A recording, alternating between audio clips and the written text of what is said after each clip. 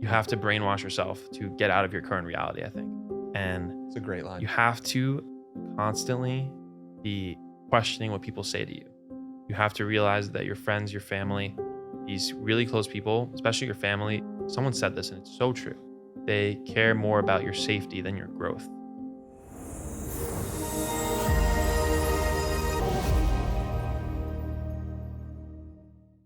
Zach Pogrob, why do you want to start a cult? Every great creator is building a cult in plain sight. And when you start to like see behind the curtain, it is just so obvious. And the best are doing it without you even realizing it. And so I don't know when it hit me that this is, and when I say cult, it's not actually a cult for, legal reasons, but it definitely is a cult. And I just became obsessed with this idea of building, a really strong community. Once I saw that I had one, honestly. The black flag. The black flag. Yeah. What's that? Well, I mean, at the core, it's one word: obsession. And I started talking about that probably 2 years ago and slowly became more obsessed with obsession as I saw it resonate with people and as I saw that community and that, cult being built. Um, the black flag happened out of nowhere, really. I just was on a run and, a lot of good ideas come from running. And um, something hit me that we needed an emoji. You needed something for the obsessed. So that's another example of cult building. I didn't even come up with that. Someone called themselves, like someone in the community, just one of my followers, called themselves that. And I was like, wow, that sounds pretty good.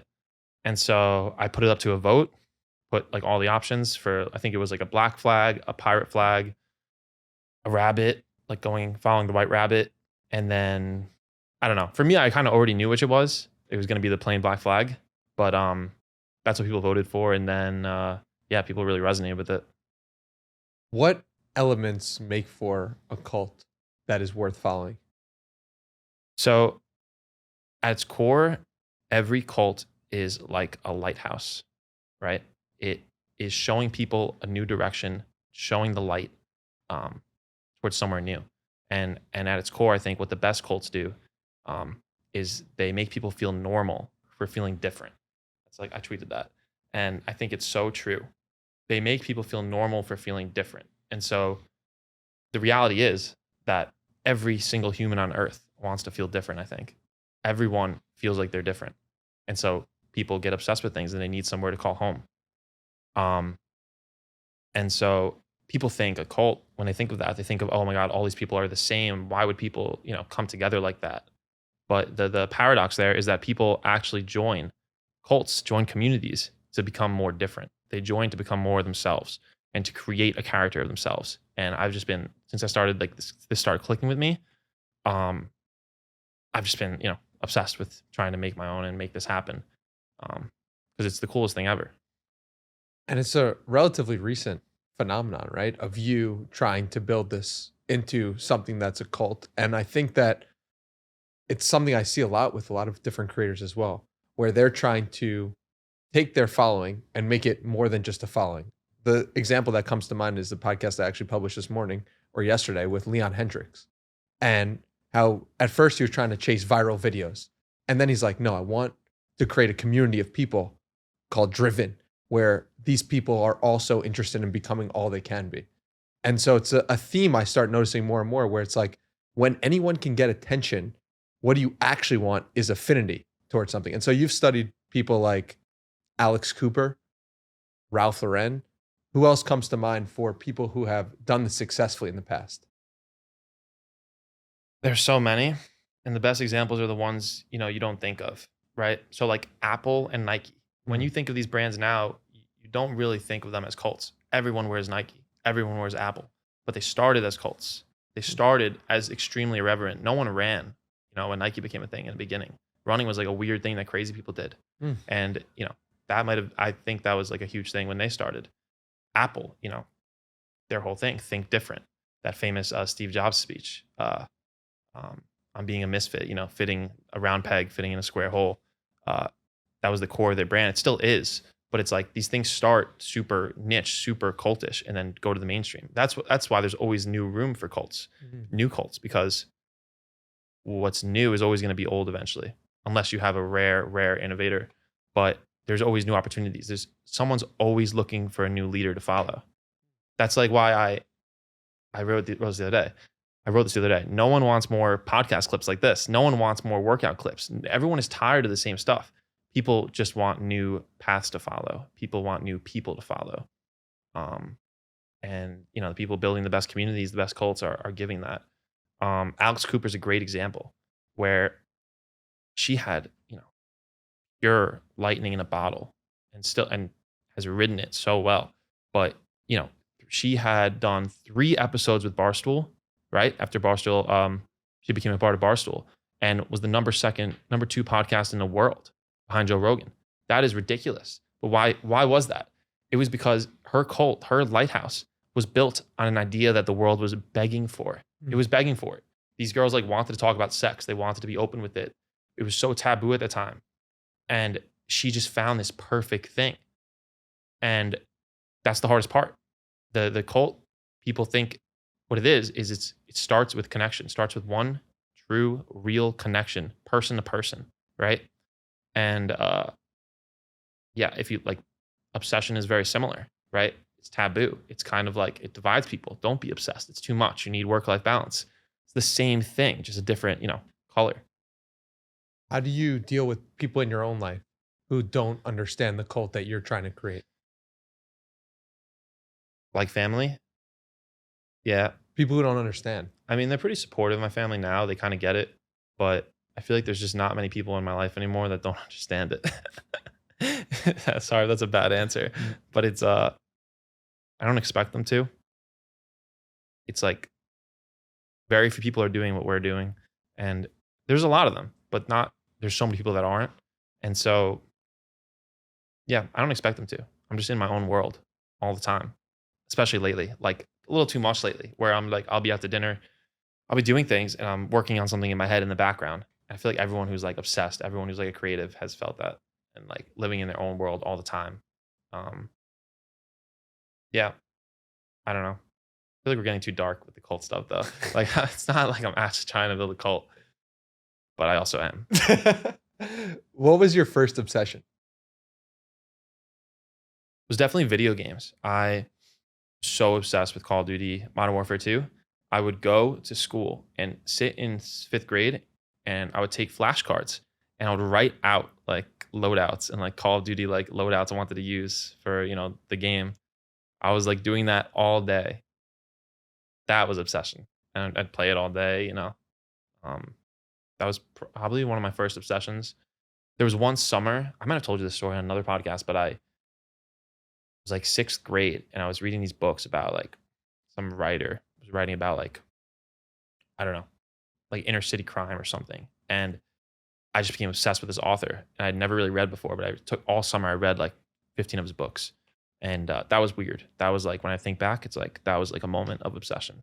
Yeah, those are the 2 I think of. Yeah.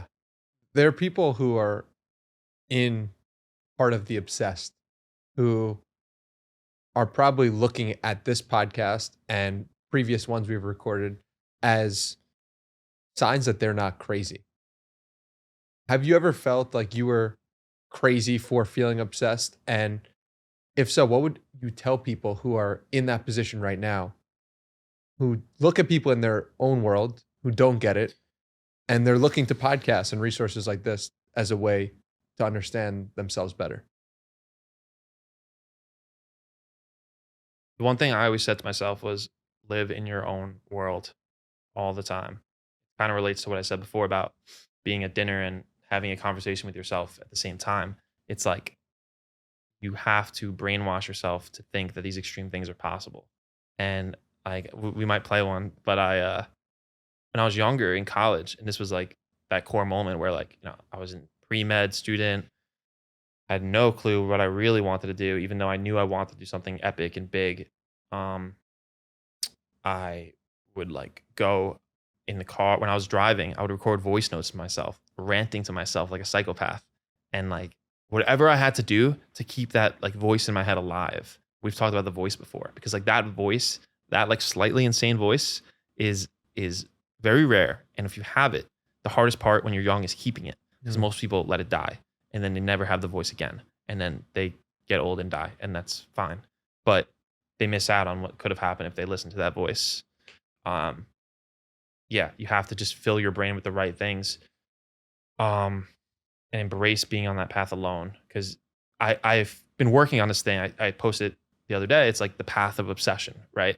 There's 3 acts and there's 7 parts. And the third part, I think it's the third act. Sorry, third part, the most important. It's called the dark place. I think it's third. And that is that time when you've kind of figured out what you wanted to do. Like I knew I wanted to be an entrepreneur. I knew I wanted to write. Knew what I wanted to create. But I was all alone in state university. No one understood what I was doing.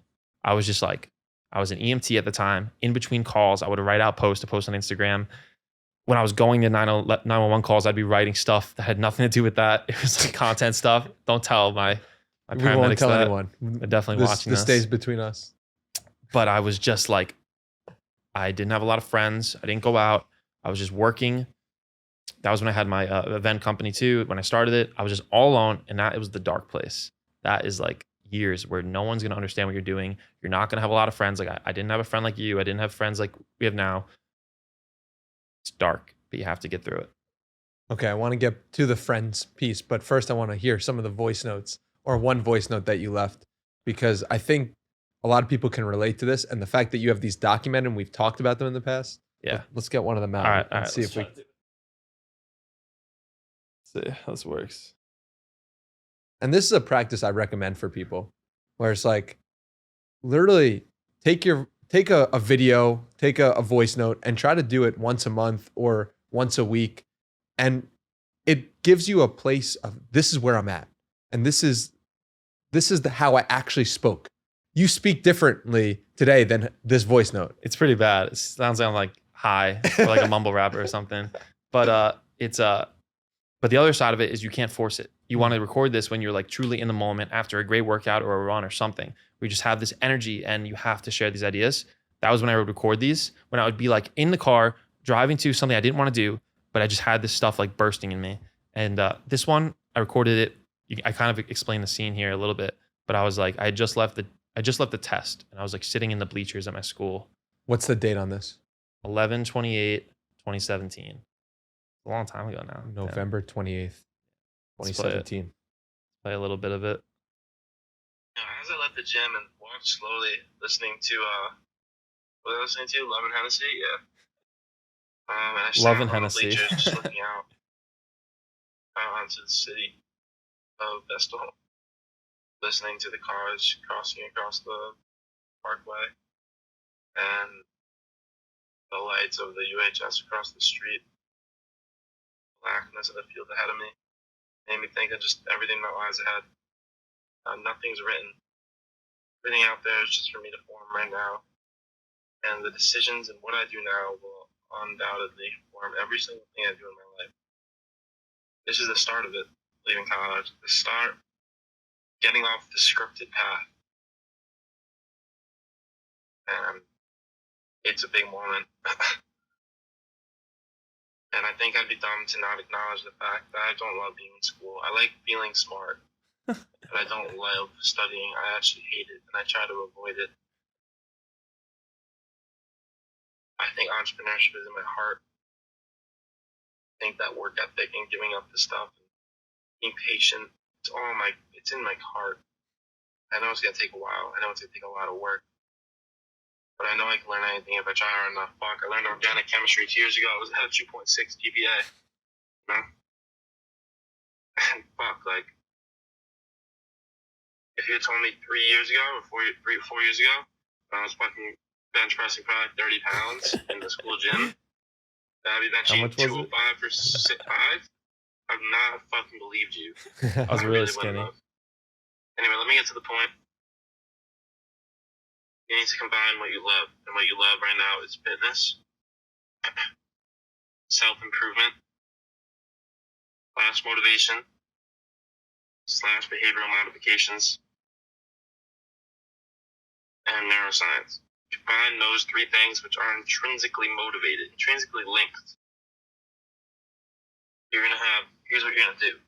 You're going to have the faster brand be your quest and be your wine library. Okay?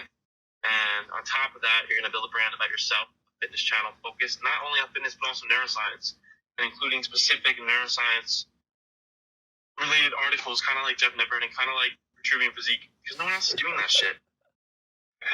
And if you can do that, find the studies, find the good editing, and make specific videos about what people can do to enhance their neurotransmitters and different things, show actual things, just like Jeff Nippert, I think you can be something really special.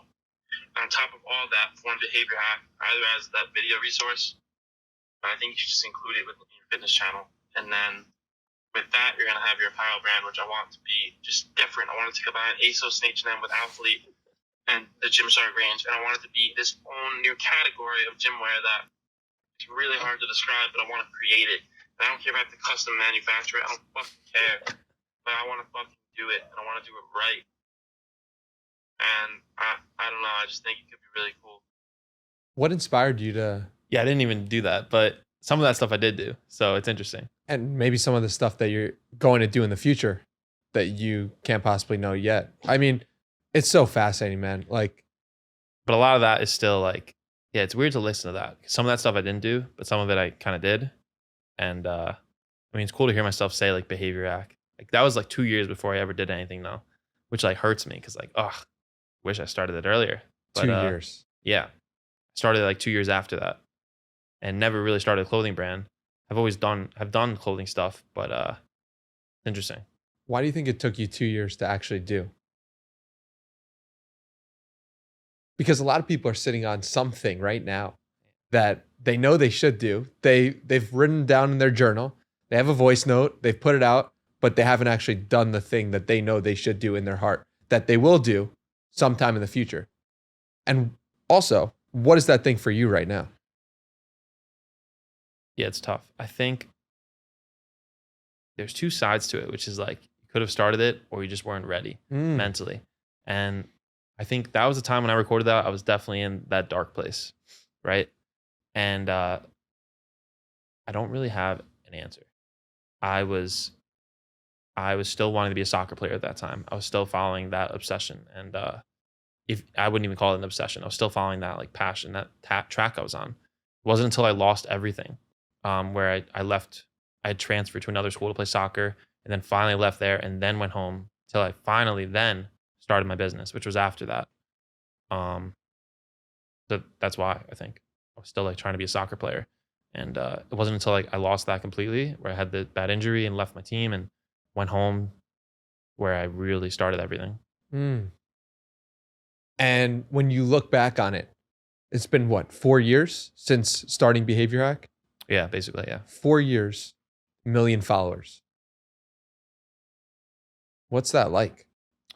Yeah, I don't like celebrating the followers at all, especially because I've gotten so many of them so recently. So it's like those people barely know me. They know me by like 5 pieces of content. So like, not 5, but you know, a handful. So that's why like everyone wants to celebrate that, but it's like the last thing I want to celebrate. But it is cool. It's cool to see it really compound over time. Where, you know, I only had like 200,000 in the fall. It's cool for the people who have been following for like years. It's pretty special, you know? Yeah, I don't know. It does feel like what's more exciting to me is like the obsession, like that word. That is all I care about. Like that word. And watching that effort compound over time, where I first like kind of really committed to it, like soft committed probably 2 years ago, like I said. And then over time, it's just become like my, I guess, niche, you could call it. And what's cool is seeing that compound over time, where like people I admire know me for it. So October 25th, 2022. Would you say that date marks the start of a different life for yourself? What is that date? What happened? You could say that. That was a very special date where Danny Miranda brought a group of friendly savages together. Friendly savages. Yeah. Friendly obsessed savages. Friendly obsessed savages. Me and Hunter Weiss, Dylan Jardin, and Danny all got some great tacos together in the West Village. And I don't know what happened to that launch. But really great things happened after that, and it set me and set all of us, I think, on a new path where we just all leveled up.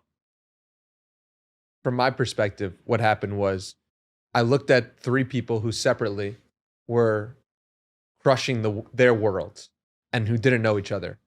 And I saw that there was a potential for, if you did know each other, great things could happen. Yeah. And I had no idea what would happen to each of you guys separately Yeah. and together in the following 6 months. But it's been an absolute joy to watch and witness Hunter's business take off to another level. Yours, Dylan, just continuing to crush life. Like it is a remarkable thing when you witness and see three people become friends who are all on that same path. Yeah. I mean, what happened is, I met Dylan and Hunter. Hunter, for me, I'll just tell them what happened. Me and them. Hunter brought out like this true savage, obsessed side of me, that pure, like relentless energy to just build and create and live in your own world. He is like the perfect example of that. And then Dylan, obviously Dylan like showed us about the animation stuff, inspired me and Hunter to do that. And that just like, brought my message, same writing, same message to, tens of millions of more people, which is amazing to think about, How many people have you reached in the last 6 months? I don't know that number. A lot though. Tens of millions of Yeah, people? yeah. Hundreds? Yeah, Hundreds yeah. of millions of people? Yeah, something like that. It's a lot. Dude, It's a lot. how many people in human history can say that they've I reached think it's 1 billion views in the last few months. I'm gonna just call that across Insta and TikTok. Yeah. 1 billion views? Even if it's not, I'm just gonna say it is. How many people do you think have had messages that they've consciously chosen that have reached 1 billion people ever in human history? Do you realize like Not 1 how billion people, insane but- that is? Yeah, it's insane. It's not 1 billion people, but it's insane. It is cool to think about. It's cool because so many friends texted me that their like girlfriends were just scrolling their feed and they heard my voice, which is so funny. I feel What? bad if people were trying to like sleep. They're like, "Oh, Zach, interrupting some private time." 1 billion views. Oh my God. It's cool because doing those animations is my first experience of putting like a small ripple through the world. Small ripple, but a lot of people saw those, and a lot of people started doing animations and stuff because of me, and that is cool. And you're not content with what is currently. Of course not. You're like, all right, that was great. That was a nice wave. This is the Mickey Mouse sketch. This is like him on the train going home from. I mean, he got screwed, Walt Disney, with his first cartoon, where this company stole it from him. You know that? No, what happened with Walt Disney? I'm gonna mess up the name, but his first cartoon was great, and he was going to New York to sell it to this company. They were gonna promote it and publish it, and they looked at Disney and they looked at his animators and they said, "Why do we need you, Disney? We have, you're not the one making this. Your animators are. We're just gonna take your animators and take your IP." So they took it. It was started with an O. I think it was called Otto or Otis. I forgot it, and then he's like, "Shit, I'm screwed. I lost my, IP. I lost my thing." And then on the way home, he sketched out. He was going home from New York to LA on a train, and he sketched out Mickey Mouse. And so, yeah, maybe I'm a little past the sketch, but I'm like definitely in that V1. What I've been doing so far. That's the way I look at it. Just to start. Yeah. What was what did he have originally? What was the cartoon was it Mickey Mouse or a different? Different. Got you. Different. And who knows what his career would have been if he went with that, or if he never found Mickey Mouse. Yeah. That's the beautiful part about losing things. That's why I'm so grateful that like soccer didn't work out, because that story of going to the dark place after soccer probably wouldn't have happened if I kept playing soccer and had like, let's say, an average or good college soccer career. I don't think it would have happened. I genuinely don't, but it did. And Walt Disney lost his first cartoon, and look what happened to him. Where does this ambition to start something as big as Walt Disney or Alex Cooper, this empire, where does your ambition for an empire stem from? Yeah, I've been thinking about that lately. We talked about that a little bit, which is probably some, unique combination of a lot of failures as a kid, um, not having a lot of confidence. I grew up with confidence, but through just like events and through like the ones I can think of are just like soccer. I would get really anxious about soccer, and that hurt my confidence. I had really bad acne as a kid. That hurt my confidence. So I went from this kid that was in middle school, a little more outgoing, to a very reserved person in like high school, very shy. And I think, yeah, that lack of confidence, everything stems from there.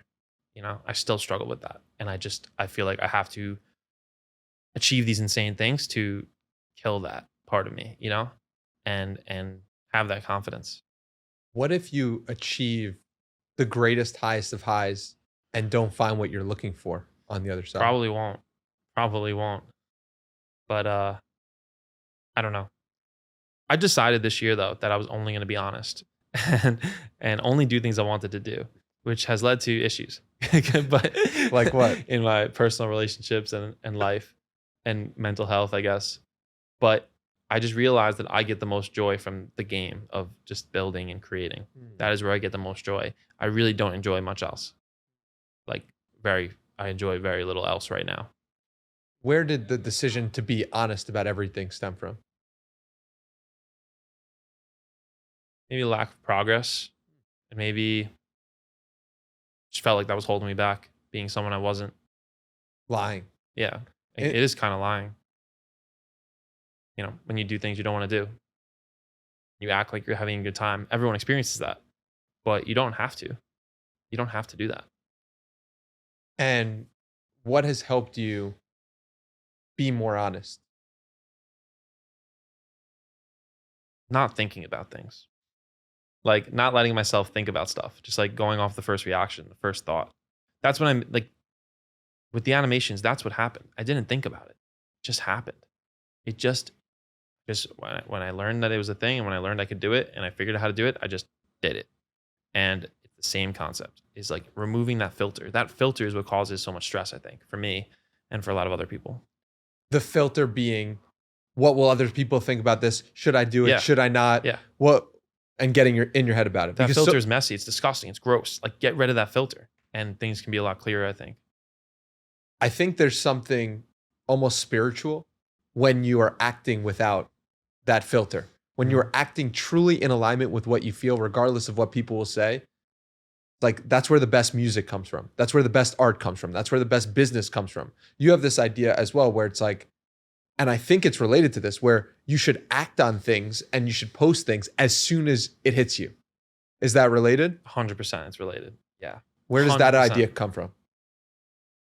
I just hate, like, especially on Twitter, I mean, obviously everyone's tired of like the threads, the typical, you know, typical tweet boy, thread boy threads. But even beyond that, the whole like content system, founder system, like content OS. I've seen 100 people sell that. And most of them are stealing my content. Like literally, like most of them are ripping my videos word for word. Like that's what you're buying. And just this whole like automation, automating content, all this stuff. I don't like it. Especially, I think you can do that stuff when you have, you know, hundreds of thousands, millions of followers and you're building a real business and you're trying to scale. That's different. And it depends on your goals. But if you're trying to be, you know, more of an artist, if you're trying to be known for your ideas, you have to remove the filter. That's when they're most real. You have to share them immediately. Even if the idea is recorded immediately and in drafts and shared later. I think you've done that sometimes. And I hate it. I'm like, just share it right now. Because it's different. It's different when you, it's very hard to explain. But all the tiny interactions that happen when you share that idea with the world, you can't predict. And I think it's best to get that out when it's the most pure and it's the most real, which is right when you have it. So how do you reconcile then some of the greatest books that have been written?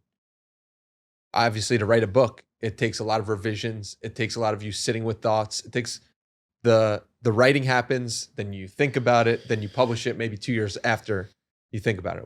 How does music similar? Could be similar. It's a good point. But I think so much of a book is hitting in a longer timeline. So much of a book is hitting at the right time. 4 Hour Work Week came out at the perfect time and it became people's Bible, you know? And I look at it, yeah, it's a good counterpoint, but I'd say it's like a refinement. Book is a refinement of those types of ideas. Um, yeah, What's going to be your Bible? I don't know it yet. I have the framework in my mind and I've shared it, which is like the path of obsession, where I look at all these icons, all of the greats who I aspire to be, like they've all followed this path. Um, and it's going to be some version of that, but it's going to have a great name and it's going to be something people can live by and go back to and learn from. It's going to have frameworks. It's going to have every cult like has a Bible, you know? If you look at like Call Her Daddy, that podcast is their Bible, you know? They listen to it every week. That's Alex Cooper. She's like their sermon. What's it called? Preacher. Yeah. Yeah. Yeah. Jewish. Didn't go to church. What was Walt Disney's? His Bible. Yeah. That's a good question. I don't know. Might have been one thing that's similar is when he started Disneyland. The way he started it was he did a show for, I think it was PBS. Might have been. Where it was a show and it was about building Disneyland. It was like a behind the scenes of the whole empire. I think in a lot of ways that was like a Bible, gave people like, maybe not a Bible, but it was something that drew people into his world. And then, you know, Disney World opening day was Disneyland, was insane. They had like so many more people than they expected. And yeah, I don't know, I'll have to think about that one. When you think about creating a Bible or creating a resource for people to latch onto who agree with the message, what should a creator be thinking about in order to create a Bible effectively or create a resource effectively that the people following the message can latch onto and understand?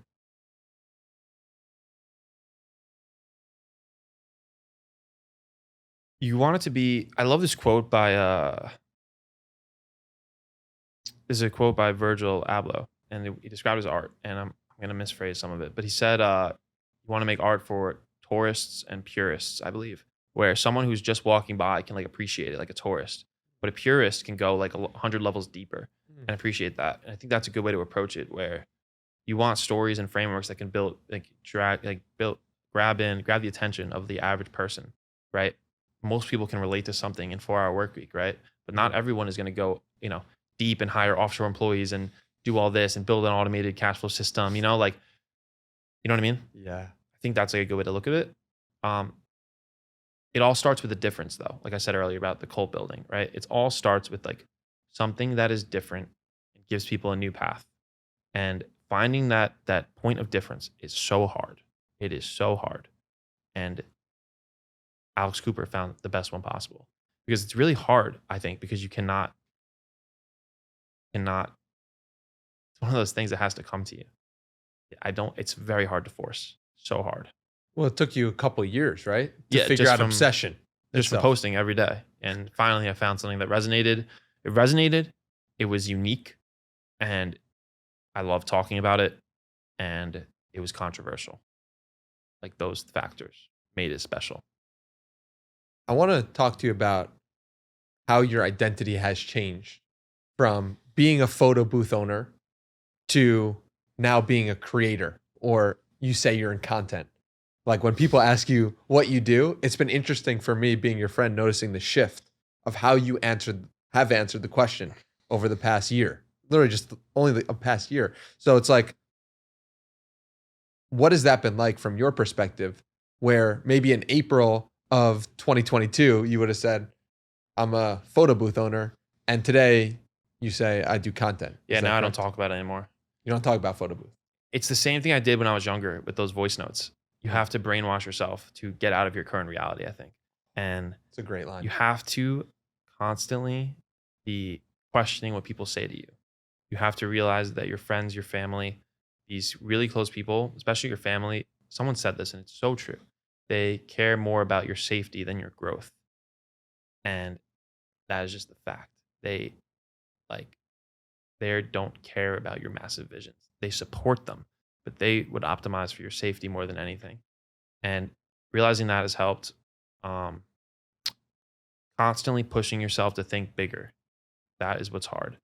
And also, like, what's hard is the photo booth is still at its core a great business, but at this whole time, it's just been to feed this bigger thing, this bigger mission, right? With content. It's what it's been the entire time. It's what it's always been.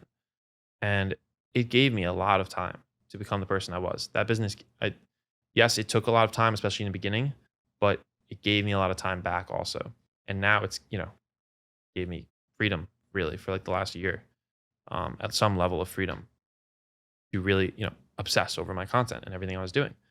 And it's kind of like the way I look at it now, I said this the other day, it's like you see, imagine this table in front of us and there's a penny and $100 bill. If you just see the penny, you might take out the penny if you're Jewish like me. But if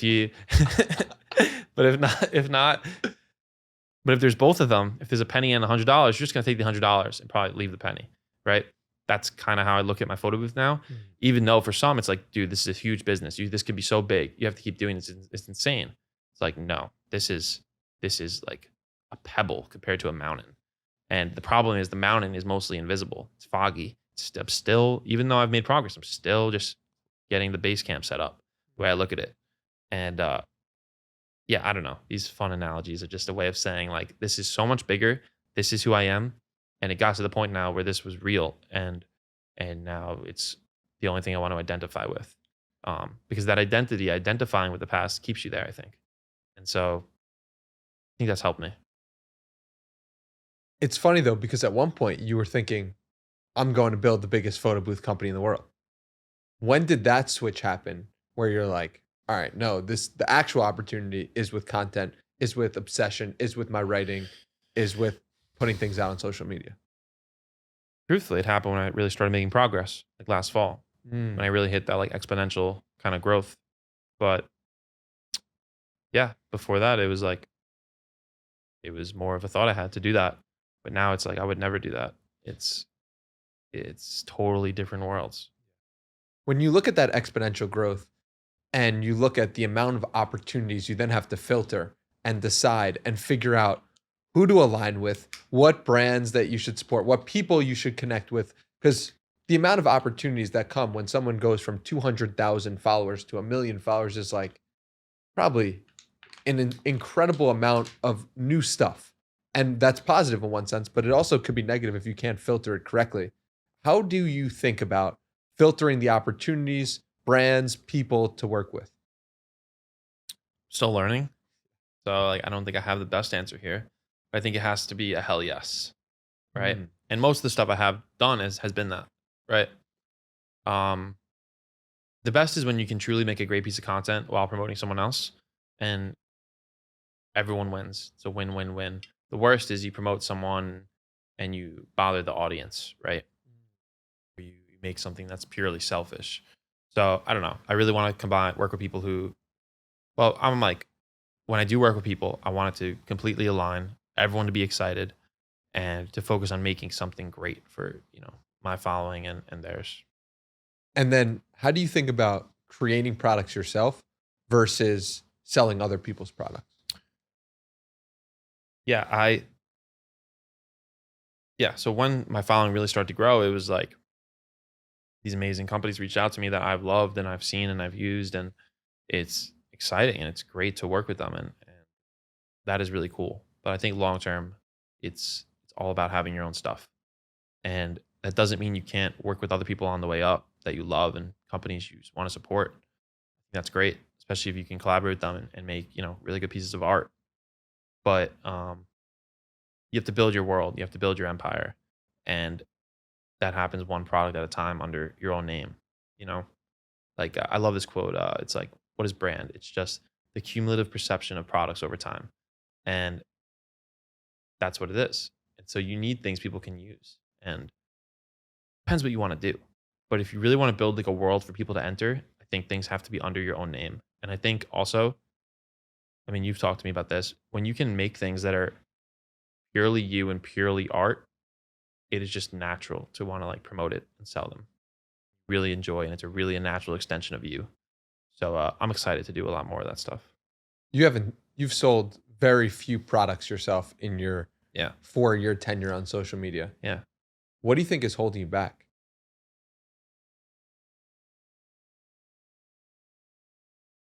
I like to give. I like to give, and I think I'm in the camp that I don't want to sell anything unless I'm truly, truly obsessed with like the product.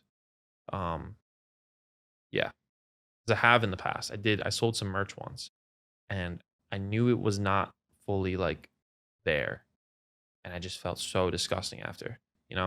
And it was fine. Like whoever bought it, bought it. I didn't like steal anyone's money. They got their product. It was fine. Wasn't a lot of people who bought, so it's okay. But it's like I felt disgusting after that, and realized that I would never sell anything that I didn't want to sell again. Disgusting. Yeah, That's such a visceral yeah, it's true. word to use. Yeah, and so that experience maybe held me back a little bit. I don't know. I really do believe in like the Hormozy thing. Like if you build an audience big enough, you won't have to ask. And so like now that's how I want to do things. I only want to make the most amazing things that, you know, I haven't really made those things, but I want to make them. I want to show people they exist and leave it there. Done. And I think that's a good way to do things. Okay. Gun to your head. You need to make, let's say, $1 million in 6 months. What do you do to do this while also not ruining your reputation? Because let's assume that you have to make the $1 million by 6 months, but you are going to live for another 60 years.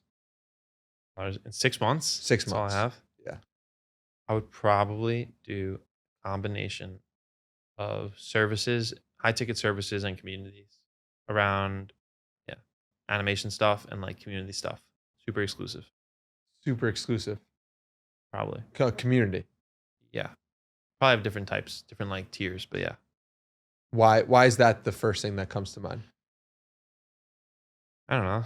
$1 million is a lot. I'd probably actually no, I would probably just do services. I would do high ticket services. High ticket services. Yeah. But I don't want to do that. So it's like How do you figure out what to sell when you've done writing, you've built a community of obsessed people, and it's like, do you even want to make money off the audience that you've built, or do you want to do something entirely different? Like, how do you think about all this? the way I think about it is I only want to build things that are a natural extension of me and that people are kind of begging for. Like things that are people want to pay me without a website, you know? Things like that. Where the product is so good and I'm so obsessed with it that I would post it 100 times on my feed, you know? Stuff like that. And so that's kind of how I'm thinking about it now.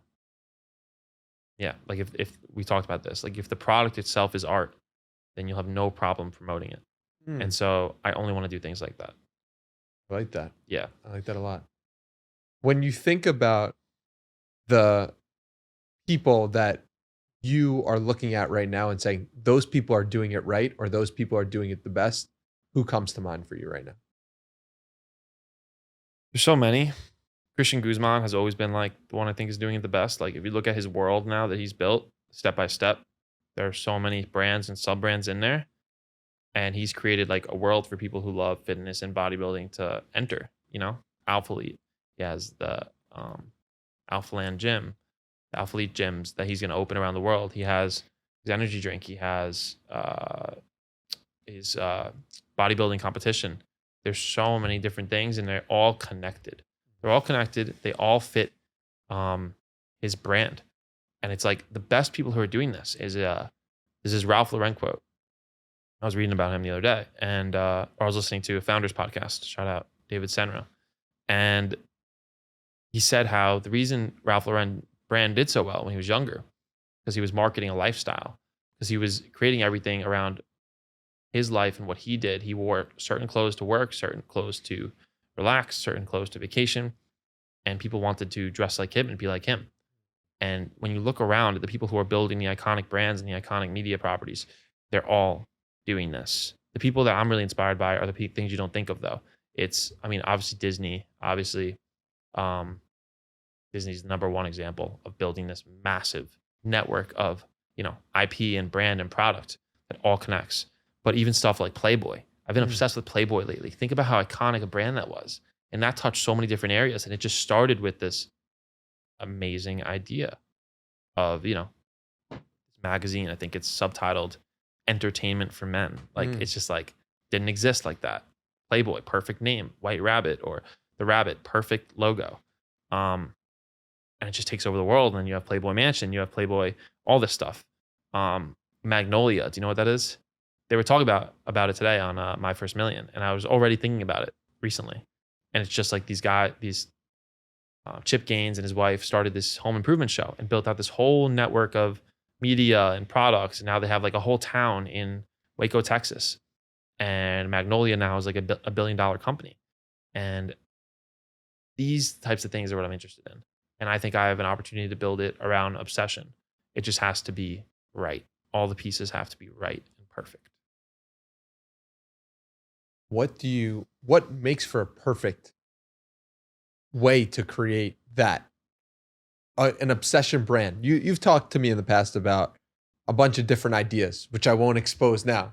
But it's like, when do you know it's perfect? When do you know it's ready?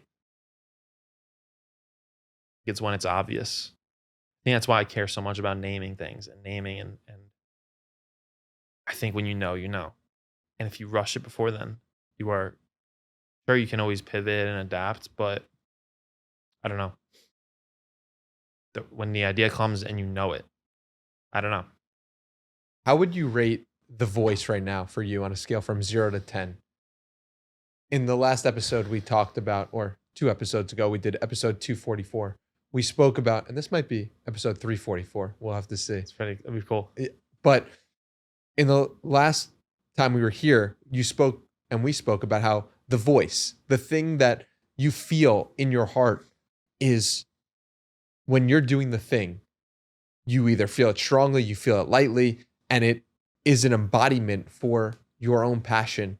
How would you rank The Voice right now for you on a scale from 0 to 10? Are we ranking it in terms of what I've felt in the past or what I would feel over my lifetime? Because they're different. I would say right now. Yeah. In this current moment. Yeah. Okay. So I'd say back then, our last podcast in October, I would say probably like 4 maybe or 5. We did the podcast on July 13th, I believe. Oh, that's the one. We did one in October though too, remember? Yes. But you're talking that one? Yeah. July was a lot lower. I don't even remember what we talked about. But it was probably I don't know, 3 or 4. 3 or 4. In October, maybe 5 or 6. And now I would say like a 7 or 8. Really high now. But I think in the grand scheme of life, I am at like a 1. Like I think there are levels to The Voice that I'm going to unlock as I do more, where I can't even process that yet because I haven't achieved the things to get to that voice. Does that make sense? Yeah. What are the achievements? It's kind of like if you look at like a car, like a Tesla, it is getting updates, right, to its operating system. I cannot unlock those operating systems for my brain until I do the things to get there. And I just think the way the confidence I will have and the way I will think will be so extremely different than what I think now. My tiny, like thousands of micro thoughts a day, that what I've experienced now, even though it's so high compared to the past, it's so little compared to the future. What are the things you are going to need to unlock to make that a reality? I have these big ideas of the empire, the world that I want to build. And it's just about making them happen, like step by step. Like what? Like the flag. Like that idea for the black flag, I am telling you, give me like 10, 20 years. That will be an iconic image and everyone will associate that black flag emoji. Who knows if the emoji will be around, but just a black flag with my stuff and obsession. And that idea I could not think of. It just happened when I was running. That's what I mean where like, can't force these things. Can't. I've learned that you can't. You can't sit down and figure out how you're going to change the world. You have to go out into the world, do stuff, change things, and just wait for the ideas to come to you. Wait for me to go to a dinner, like a lunch like I went to in the fall with you. Have to go out there and go to the idea. The idea won't come to you. I think I fully believe that. You have to go out and find the idea, or Yes. It sounds like the idea came to you. Because I went out and got it. I Gotcha. went out and was running. That's what I mean. So what I mean is like you have to go and do things and create and live a creative life. And yeah, that's what I mean when I say you go to the idea through action. But the idea does come to you. Yeah. What are some of the conditions you can create to help yourself find the ideas that you need to change the world? Yeah. So you need to, it's sort of start, I guess you could call it routine, but it's about scheduling activities and doing the activities that create these ideas. Like when I look at my fitness right now and my working out, this is like maybe bad, but like I'm doing it to get ideas. That's how I feel sometimes. I'm Why is doing that it. bad? It's not bad, but it's just like I'm doing it to figure things out. Mm. And a lot of people say like they do it for mental health, they work out for mental health, but it's more than that for me. I'm doing it because I want to figure out the big ideas. That is literally how I think of it when I train and run. Okay, so do you go into a run and you say, okay, I'm trying to figure something out, or do you leave yourself open? Like, how does that look for you? I see it as like a emptying and filling of a cup. Like you are constantly filling your cup with ideas and information and inputs, the most weirdest, most unique inspiration, the oldest books, the weirdest podcasts, the weirdest movies. And then you empty it and you do nothing and you run and you walk and you just wait for things, wait for yourself to notice things and think of things. And it's that process. Yeah. I'm kind of working on this on like this challenge I'm starting, which I don't want to talk too much about, but it's like, how do you add these elements to your day that can create through like strict adding them that create these like loose ideas, these random ideas to come to you. It's important, but it's hard. Wouldn't you say that part of your skill is in the filtering of the ideas and your ability to notice what's a good idea and what's not? And if you do agree with that assessment, what can people do to increase their filters for good ideas? Yeah, I don't even know if my best thing is the filter. I think it's more of like the noticing. I feel like I notice everything that I like. I wrote about this the other day. I feel like everyone has different sensitivities to like the things that inspire them. And so like I'm constantly writing notes, taking pictures. And I'm sure a lot of people are. I don't think I'm unique in that way, but I think people have different levels of that. And if you can take that information and use it to create, like I'm creating a lot of stuff. And if I can use that information, that's definitely a skill. What was the question you asked me? How do you improve the filter?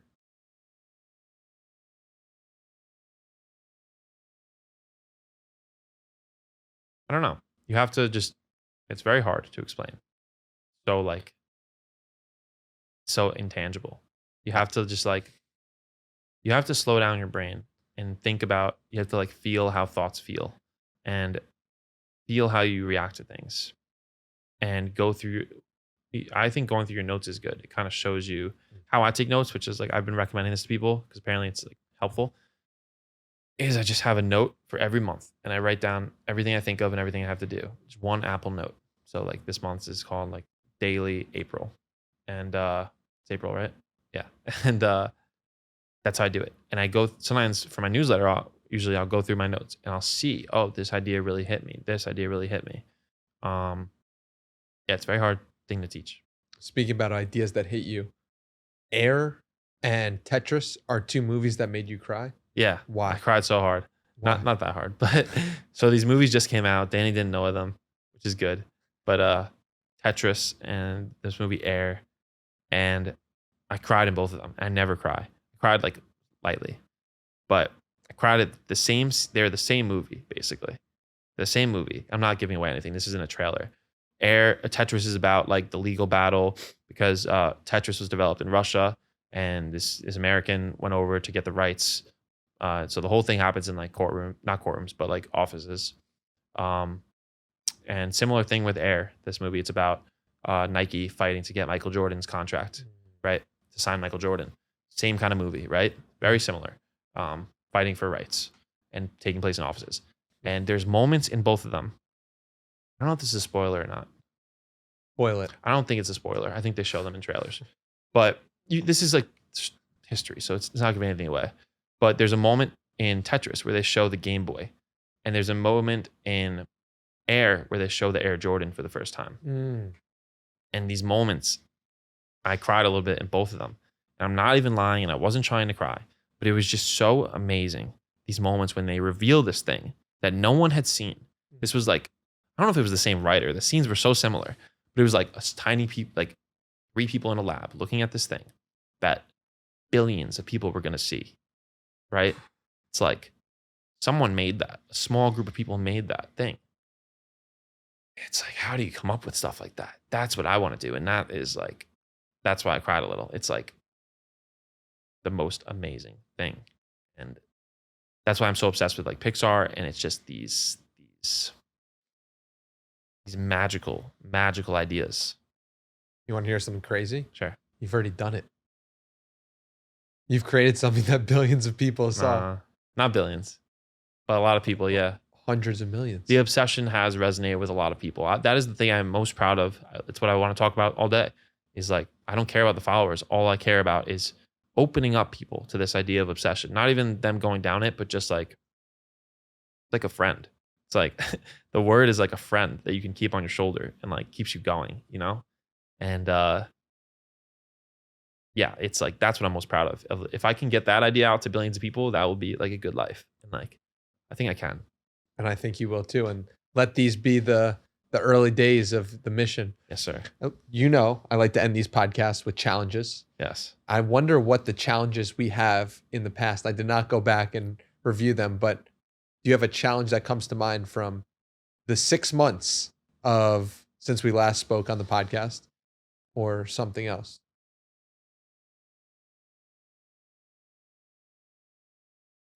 I would say, well, I'm working on a challenge, working on an actual challenge, like an official challenge that if I do it right, it will take over the world. So I will give a small challenge, a piece of the challenge.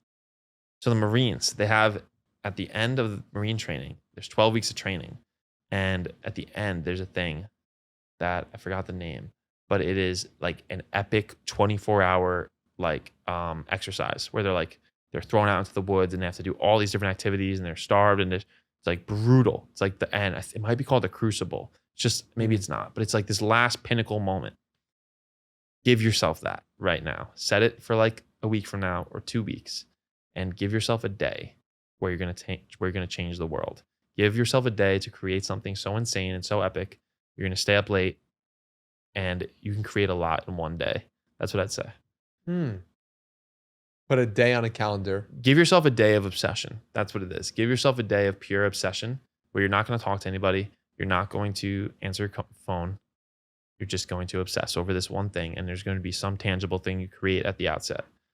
That would be my challenge. When was the last time you did this? Yesterday. And what was that like? Can't talk about it though. You can't talk about it. No. Wow. Love it. Okay. Well, we'll end on that note. Zach, thank you so much for coming. That's Zach Pogrob on Twitter, at Behavior Hack on Instagram and TikTok. And Zach.blog to subscribe to my newsletter, and other stuff will be on there. And yeah. follow Obsession. Follow Obsession. Peace.